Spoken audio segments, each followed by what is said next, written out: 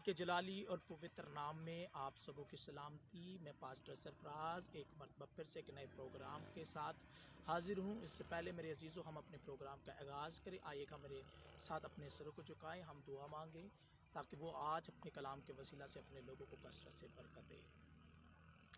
जलाल बाप बेटे रुल कुदस के वसीला से लश्करों के रब यहोवा येरी सभी कुछ मुहैया करने वाले पाक खुदावंद यीशु मसीहा, मेरे बादशाह आसमानी जलाली कदूस पवित्र पिता, मैं तेरी शुक्रगुजारी करता हूँ इस वक़्त के लिए कि तू आज अपने के लोगों के साथ हम कलाम होने को है, तू आज अपने लोगों के साथ बात करने को है, तू आज अपने लोगों को अपने कलाम की कुदरत से भरने को है, तू आज अपने कलाम के वसीला से अपने लोगों की ज़िंदगी में मिरेकल करने को है, और आज अपने कलाम की कुदरत के वसीला से अपने लोगों की ज़िंदगी में अपनी बरकत वाले, अज़मत वाले, शफ़क़त वाले ज़ोरवर हाथ बढ़ाने को है। मेरे आसमानी जलाली यहोवा पाक खुदा, तू आज जितने लोग इस प्रोग्राम को ईमान से वॉच कर रहे हैं, तो इनके लिए अपना आसमान खोलकर अपनी बरकतें जारी कर। और आज सारी इज़्ज़त सारा जलाल तेरे पाक बेटे यीशु को मिले, यीशु मसीह नासरी के नाम में, आमीन। आएगा मेरे अजीज़ों, हम कलाम मुक़द्दस की तरफ गौर करते हैं। आज का हमारा टॉपिक है खुदावंद का अजीम हुक्म। आएगा हम देखते हैं बाइबल मुक़द्दस में हिजी नबी की किताब और उसका चैप्टर नंबर 1 यानी बाप नंबर 1 और उसकी वर्सेस 5-9 पर गौर करेंगे, यानी 5-9 पर गौर करेंगे। कलाम मुक़द्दस के अंदर मेरे अजीज़ों कुछ यूं मरक्यूम है। आएगा हम देखते हैं।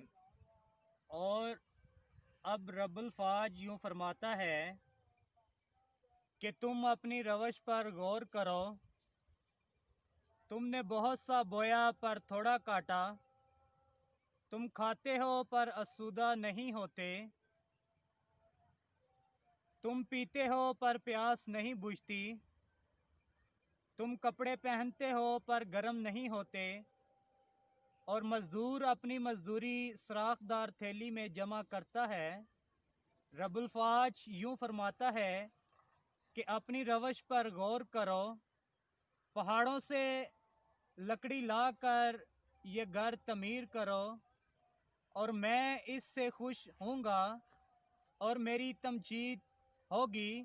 खुदावन फरमाता है, तुमने बहुत की उम्मीद की और देखो थोड़ा मिला, और जब तुम उसे अपने घर में लाए तो मैंने उसे उड़ा दिया।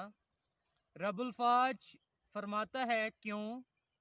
इसलिए कि मेरा घर वीरान है और तुम में से हर एक अपने घर को दौड़ा चला जाता है। आमीन। मेरे अजीज़ों, पहली बात जो कलाम मुक़द्दस के अंदर हमें सीखने को मिलती है, कलाम अक़दस के अंदर लिखा है कि खुदावंदों का खुदा है, वो अपना अजीम हुक्म बयान करता है कि वो कहता है कि अपनी रवश पर गौर करो। मेरे अजीज़ों, पहली बात जो हमें कलाम मुक़द्दस के अंदर सीखने को मिलती है वो ये है कि खुदाए अजीम जो है वो फरमाता है कि तुमने बहुत की उम्मीद रखी लेकिन थोड़ा मिला। तुम पीते हो, तुम्हारी प्यास नहीं बुझती, तुम कपड़े पहनते हो, गर्म नहीं होते, मजदूर अपनी मजदूरी सुराखदार थाली में जमा करता है, वो ऊपर से डालता जाता है और मैं नीचे से निकाल देता हूं। इसलिए रब्बुल फाज फरमाता है कि अपनी रवश पर गौर करो। पहली बात जो कलाम मुक़द्दस के अंदर मेरे अज़ीज़ों में सीखने को मिलती है, हमें अपनी रवश पर गौर करना है, क्योंकि कलाम मुक़द्दस के अंदर जो पहली बात हमें सीखने को मिलती है वो अजीम हुक्म क्या है कि हमें अपनी रवश पर गौर करना है। आज मेरे अजीज़ों, मैं देखता हूं बहुत से घरों में बेसकूनी है, परेशानी है, तंगी है, और पैसे की किल्लत है, बेरोजगारी है, मुश्किलात हैं, तंगी है, और तरह तरह की प्रॉब्लम्स हैं। क्यों हैं? क्योंकि मेरे अजीज़ों हम अपनी रवश पर गौर नहीं करते। क्योंकि इसलिए बाइबल मुक़द्दस में लिखा है कि तुमने बहुत सा बोया लेकिन तुम्हें थोड़ा मिला। हम बाइबल मुक़द्दस में देखते हैं, पहली बात मैं बहुत से ऐसे लोगों को देखता हूं जो दिन रात मेहनत करते हैं, डबल डबल ड्यूटी करते हैं, लेकिन उनकी पूरी नहीं पड़ती। फिर भी लाट्स डेट्स आती हैं और उनके घरों में तंगी, पैसे की किल्लत है, परेशानी है। क्यों है? क्योंकि हम अपनी रवश पर गौर नहीं करते। यशायाह नबी के सहीफे में लिखा है, वो कहता है कि मैंने जब को पुकारा तो किसी ने मेरे कलाम को ना सुना, तुम मेरे कलाम के सुनवा ना हुए। मेरे अजीजों, आज हमें कलाम मुकद्दस पर गौर करने की जरूरत है, क्योंकि लिखा है कि तुम पीते हो तुम्हारी प्यास नहीं बुझती। आज मेरे अजीजों, हमारी जिंदगियों के अंदर तरह तरह की मुश्किलात क्यों हैं, मुश्किलात के पहाड़ क्यों हैं, तंगियों के पहाड़ क्यों आ खड़े हुए हैं? क्योंकि हम अपनी रवश पर गौर नहीं करते। खुदा के कलाम को हर रोज रद्द करते चले जाते हैं, खुदा के हुक्मों को हर रोज तोड़ते चले जाते हैं, हर रोज खुदा के कवानीन को रद्द करते चले जाते हैं। इसलिए हमारे घरानों से बेबरकती, बेसकूनी, तंगी, लाचारी, बेरोजगारी और परेशानी नहीं जाती। इसलिए क्योंकि हम खुदा के हुक्मों पर अमल नहीं करते, खुदा के कलाम पर फोकस नहीं करते, खुदा के कलाम पर बिलीव नहीं करते। बाइबल मुकद्दस में लिखा है, तुम मांगते हो तुम्हें नहीं मिलता, इसलिए कि जिस तौर से तुम्हें दुआ करनी चाहिए हम नहीं जानते।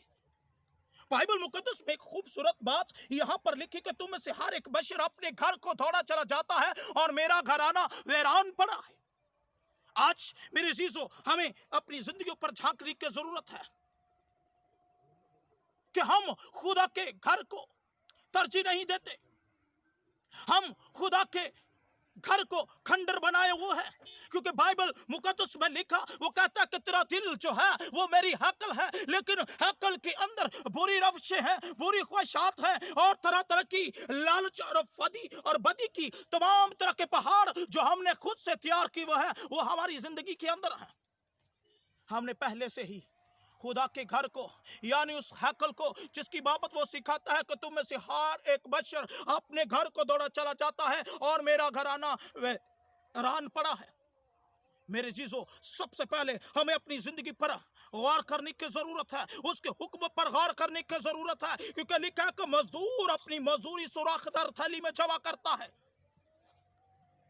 और मेरे जीजों, में बहुत से ऐसे लोगों को देखता हूं, बड़ी मेहनत करने के बावजूद भी उनके घरों में बेसकूनी है, लड़ाई है, तंगी है, मुश्किलात क्यों है? क्योंकि वो कहता है कि तुम में से हर एक बशर अपने घर को दौड़ा चला जाता है और मेरा घराना वीरान पड़ा है। मेरे अजीजों, आज हमें खुदाए अजीम के हुक्म पर अमल करना है, और जब हम उसके हुक्म पर अमल करेंगे तो हम बरकत पाएंगे, तो हम शादमानी पाएंगे। फिर हमारे घरानों से बेसकूनी जाएगी, तंगी जाएगी, मुश्किलात जाएंगी और तरह तरह की बीमारियां और तरह तरह की प्रॉब्लम से हमारी जिंदगी से निकलती चली जाएंगी, क्योंकि कलाम मुकद्दस में लिखा है कि वो खुदा जो है वो अपने लोगों के ऊपर अपना जलाल जाहिर करता है, वो अपने लोगों को बरकत देता है और ऐसे लोगों को बरकत देता है जो उसके कलाम पर गौर करते हैं, जो उसके हुक्म पर अमल करते हैं, जो उसके कवानीन पर गौर करते हैं और अपनी रवश को दुरुस्त करते हैं। तब खुदा जो है वो उन्हें आसमान के दरीजे खोलकर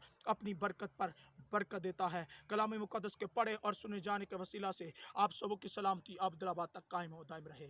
आइएगा मेरे अजीजों, हम अपने सरों को झुकाते हैं और ख़ास तौर पर मैं आज उनके लिए प्रेयर करना चाहता हूँ जिन्होंने आज के कलाम को सुना और अपनी रवश पर गौर किया और उस बरकत के लिए अपने आप को तैयार किया जो खुदाए अजीम अपने अजीम हुक्म के वसीला से देना चाहता है। ए अब्दी आसमानी जलाली यहोवा मोहीब अल कादिर कदूस पवित्र पिता, तू जो ज़मीन और आसमान को खलक करता है, हर एक चीज़ तेरे हाथ के साए के नीचे है। तू जब चाहे अपना हाथ बढ़ाकर बनीनो इंसान की रूखी सूखी जिंदगी को हरा भरा कर देता है और उसकी जिंदगी से बेसकूनी निकाल देता है। आज मैं खुदा अजीम मिन्नत करता हूँ जितने लोगों ने तेरे कलाम को सुना, आज तेरे कलाम की कुदरत के वसीला से आज उनके घरानों से बेसकूनी, तंगी, बेरोजगारी, मुश्किलात आज इसी घड़ी यीशु मसीह नासी के नाम में जाती रहे। और खुदाए अजीम मैं खास तौर पर उनके लिए मिन्नत करता हूँ जो बीमारी, तंगी, लाचारी में, दुख तकलीफ में इस प्रोग्राम को ईमान से वॉच कर रहे हैं। आज तेरे कलाम की कुदरत के वसीला से उनकी लाइफ में बड़े बड़े अमेरिकल जारी हो, हर तरह की प्रॉब्लम से वो यीशु मसीह नासरी के नाम में जाती रहे। और यहोवा पाक खुदाए अजीम मैं खास तौर पर मिन्नत करता हूँ उन लोगों के लिए जो शुगर के पेशेंट है, आज इसी घड़ी उनका सारा शुगर यीशु मसीह नासी के नाम में हाई है, वो यीशु मसीह नासी के नाम में बढ़ जाए। हाँ, हाई है, लो है और हर तरह की बीमारियां हैं वो यीशु मसीह नासी के नाम में जाती रही। हर तरह का फीवर, तब तक हर तरह के शुगर, कैंसर, हार्ट, बीपी जैसी सारी बीमारियां और हर तरह की जॉइंट्स प्रॉब्लम, हर तरह की हड्डियों का प्रॉब्लम आज उसी घड़ी यीशु मसीह नासी के नाम में बाहर निकलता चला जाए। और तेरे लोग आज तेरे कलाम की कुदरत के वसीला से भरते चले जाए और सारी से सारा जलाल तेरे नाम अल कदूस यीशु नाम को जलाल मिले, यीशु के जलाली कदूस अजीम अल कादर नाम में। आमीन। यकीनन मेरे अज़ीज़ों, आज के कलाम के वसीला से आपने बरकत को हासिल किया और मैं ईमान रखता हूँ कि आज के कलाम के वसीला से उन ज़िंदगियों में ख़ास तौर पर मेरिकल हुए जिन्होंने गौर किया और अपनी रवश पर गौर किया। मैं ईमान रखता हूँ कि उनकी ज़िंदगी में आज इस पहर खुदा ने अपनी कुदरत के जलाल को ज़ाहिर किया है। इसी के साथ खुदा के खादम पास्टर सरफराज को इजाज़त दीजिए। मिलते हैं एक नए प्रोग्राम के साथ। God bless you.